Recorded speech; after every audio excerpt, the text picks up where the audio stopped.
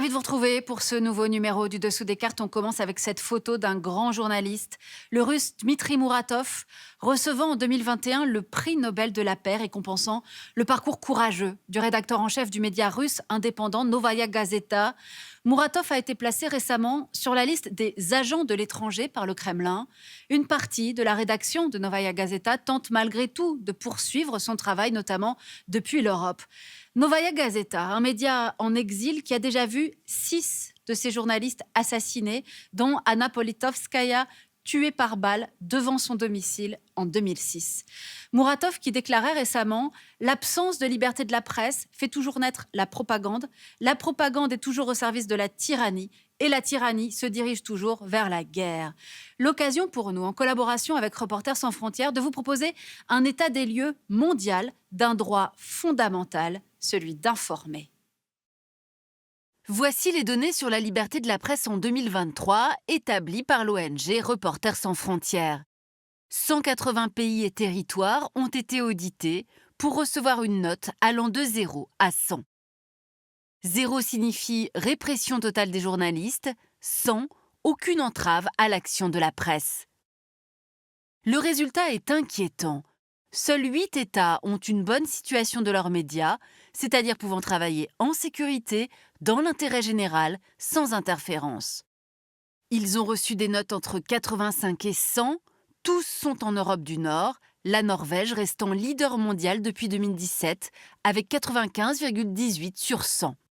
Viennent ensuite 44 États avec une situation plutôt bonne, du Timor oriental aux États-Unis, de la France et l'Allemagne à la Corée du Sud. Mais dans 7 États sur 10, le quatrième pouvoir souffre. Dans 55 pays, la situation est problématique, de la Hongrie au Ghana et du Brésil à la Grèce. Dans 42 pays, la situation est difficile, au Mexique, en Amérique du Sud, au Maghreb, en Afrique subsaharienne, en Asie centrale, en Indonésie. Enfin, dans 31 États, la situation de la presse est très grave, dans certains pays du Moyen-Orient, en Inde, en Russie, et tout en bas du classement, le Vietnam, la Chine et dernière, la Corée du Nord. Pourtant, au fil du temps, la liberté d'informer est devenue un droit fondamental. Voyons comment. L'article 11 de la Déclaration des droits de l'homme et du citoyen de 1789 le dit clairement. La libre communication des pensées et des opinions est un des droits les plus précieux de l'homme. Tout citoyen peut donc parler, écrire, imprimer librement. En permettant la confrontation des idées, le droit à l'information est une condition fondamentale de la démocratie. La liberté de la presse est née en Europe suite à l'invention de l'imprimerie au XVe siècle. 1766, la Suède est le premier pays à l'inscrire dans la loi. En 1791, le célèbre premier amendement de la Constitution américaine interdit au Congrès de limiter la liberté d'expression et de la presse. En France, la loi sur la liberté de la presse sera promulguée en 1881, une loi toujours en vigueur. En Allemagne, elle fut inscrite dans la Constitution de Weimar. Enfin, elle devient universelle avec la Déclaration des droits de l'homme de 1948 et, en principe, juridiquement contraignante pour les 174 États partis au pacte international relatif aux droits civils et politiques de l'ONU. La liberté d'informer est intimement liée à un régime réellement démocratique. En effet, lorsque cette liberté d'informer est entravée, on peut alors s'inquiéter aussi pour la démocratie. Pour cela, regardons le classement des démocraties, le Democracy Index, établi par le groupe The Economist. La liberté de la presse est globalement ou en partie respectée dans les démocraties pleines et imparfaites. Mais dans les 36 régimes hybrides, corrompus et peu démocratiques, les pressions sur les médias sont fortes. Et dans les 59 régimes autoritaires, soit l'État contrôle les médias, soit la critique des pouvoirs y est dangereuse. On l'aura compris, seules les démocraties respectant l'état de droit et les contre-pouvoirs favorisent cette liberté d'informer. Or, cette liberté aujourd'hui se dégrade. En 10 ans, les pays avec une bonne situation sont passés de 26 à 8. Ceux où la situation de la presse est très grave, de 20 à 31. Alors voyons maintenant comment cette liberté d'informer est entravée avec, vous allez le voir, des situations très diverses. Et tout d'abord, prenons la direction de l'Asie. C'est ici que les grands régimes autoritaires ont jeté le plus grand nombre de journalistes en prison, surtout en Birmanie, en Iran, qui réprime le mouvement Femmes, Vie, Liberté, au Vietnam, et surtout en Chine communiste, pays à parti unique sans aucun contre-pouvoir. À Pékin, les médias d'État sont sous le contrôle direct du Parti communiste chinois de Xi Jinping. La censure est omniprésente, surtout sur les questions stratégiques, Taïwan, Tibet, Hong Kong et Xinjiang. Dans cette région autonome, la féroce répression anti-musulmane est soumise à un blocus médiatique total. En tout, presque un quart des journalistes emprisonnés dans le monde le sont en Chine, dont 77 Ouïghours. Quant à la région administrative spéciale de Hong Kong, dotée jusqu'en 2014 d'une presse florissante, elle a subi une mise au pas sévère. Le procès contre le grand patron de presse Jimmy Lai pour conspiration en est la preuve. Parallèlement, Pékin exporte sa vision du monde via 5 chaînes en anglais, arabe, français, russe et chinois, qui seraient diffusées dans 160 pays, et via son quotidien anglophone China Daily.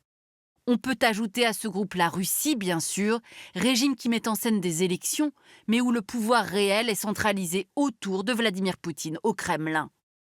Depuis la guerre en Ukraine, Moscou a bloqué Facebook et Instagram, mis fin aux derniers médias libres, dont TV Dodge et le journal, on l'a dit, Novaya Gazeta, du prix Nobel de la paix Dmitri Muratov, et Moscou a poussé le site Medusa à l'exil en Lettonie. Quant aux chaînes de propagande, Russia Today et Sputnik, en partie interdites en Europe après l'invasion de l'Ukraine, elles sont en pleine expansion en Afrique, notamment dans les fragiles pays du Sahel. À présent, le cas de l'Inde. Depuis l'élection de Narendra Modi, l'État le plus peuplé du monde essaie d'étouffer la presse libre. Arrivé au pouvoir en 2014, le parti nationaliste hindouiste BJP a en effet encouragé les grands industriels à prendre le contrôle des médias indépendants pour mieux les museler. En 2022, la chaîne critique New Daily Television a ainsi été mise au pas par le groupe Adani, proche du Premier ministre Modi. Ce système de captation oligarchique se développe aussi ailleurs. Bangladesh, Cambodge ou encore Hongrie, où une fondation pro-gouvernement contrôle 500 médias amis, alors que la presse d'opposition est étranglée économiquement et que les journalistes critiques sont harcelés en ligne. Autre danger pour la liberté d'informer, les guerres, et surtout la très meurtrière guerre Hamas-Israël. Depuis l'attaque du Hamas du 7 octobre 2023 jusqu'à la mi-mars 2024, 110 journalistes ont été tués. 4 Israéliens, 3 Libanais et 103 Palestiniens. En conséquence, RSF a déposé 2 plaintes devant la Cour pénale internationale pour crimes de guerre contre l'armée israélienne. Et en Ukraine, depuis 2014, la guerre a coûté la vie à 22 journalistes. Mais sur le long terme, c'est l'Amérique latine qui reste la région du monde la plus mortelle pour les journalistes. En 20 ans, 282 y ont trouvé la mort, dont 129 rien qu'au Mexique. La plupart enquêtaient sur les liens entre crimes organisés et classe politique. Idem en Colombie et au Brésil, où les meurtres de journalistes environnementaux se multiplient. Enfin, en Argentine, le dirigeant Javier Milei a mis fin aux activités de l'agence de presse Telam, menaçant l'ensemble de l'audiovisuel public du pays. Bonne nouvelle relative cependant, globalement le nombre de journalistes tués en 2023 en fonction est en baisse, 45 contre 65 en 2022. Le nombre d'otages a également diminué. À présent, regardons l'Europe. Même le continent du monde où la liberté d'informer est la mieux respectée n'est pas à l'abri. Malte, Slovaquie, Pays-Bas, 3 assassinats de journalistes enquêtant sur la corruption et les liens entre mafia et politique ont choqué les opinions. En France, en 2015, Al-Qaïda a décimé la rédaction de Charlie Hebdo. Et en Grèce, un assassinat et l'espionnage de journalistes d'opposition par les services secrets ont ébranlé le pays. Enfin, la liberté d'informer est également menacée par l'explosion de la désinformation et de la haine sur les réseaux sociaux. Pour contenir ce fléau, l'ONU soutient depuis 2023 un code mondial de l'information Objectif, soutenir l'information honnête et fiable contre les usines à fake news, comme celle créée par la Russie et l'ex-chef du groupe Wagner Prigojine pour influencer notamment les élections américaines et le Brexit en 2016. Chantier plus approfondi encore, le partenariat international pour l'information et la démocratie, signé par 52 États, ainsi que l'arsenal juridique développé par l'Union européenne via l'Acte européen pour la liberté des médias et le règlement sur les services numériques, utile contre les fake news. Dernier point, Reporters sans frontières a créé un label pour certifier le journalisme rigoureux, l'initiative pour la confiance dans le journalisme, déjà adoptée par 1000 médias dans 80 pays. Voilà pour cet état des lieux de la liberté de la presse, liberté en danger, qui raconte aussi une mise en danger de la démocratie, mais avec aussi parfois des histoires de liberté retrouvée. Ainsi, la télévision publique polonaise, pendant toutes ces dernières années où le parti ultra-conservateur illibéral PiS gouvernait, était devenu un média de propagande gouvernementale, avec notamment un discours anti-étranger, anti-minorité et pas de respect du pluralisme. La victoire récente du parti démocrate et libéral de Donald Tusk aux dernières législatives a été rapidement suivie du renvoi des dirigeants et d'une restructuration de la chaîne afin qu'elle retrouve son indépendance pleine et entière. Pour aller plus loin, le site de l'ONG Reporters sans frontières qui propose pour chaque pays un dossier consacré à la liberté de la presse. Ainsi s'achève ce nouveau numéro du Dessous des cartes. Rendez-vous bien sûr la semaine prochaine, même endroit, même heure.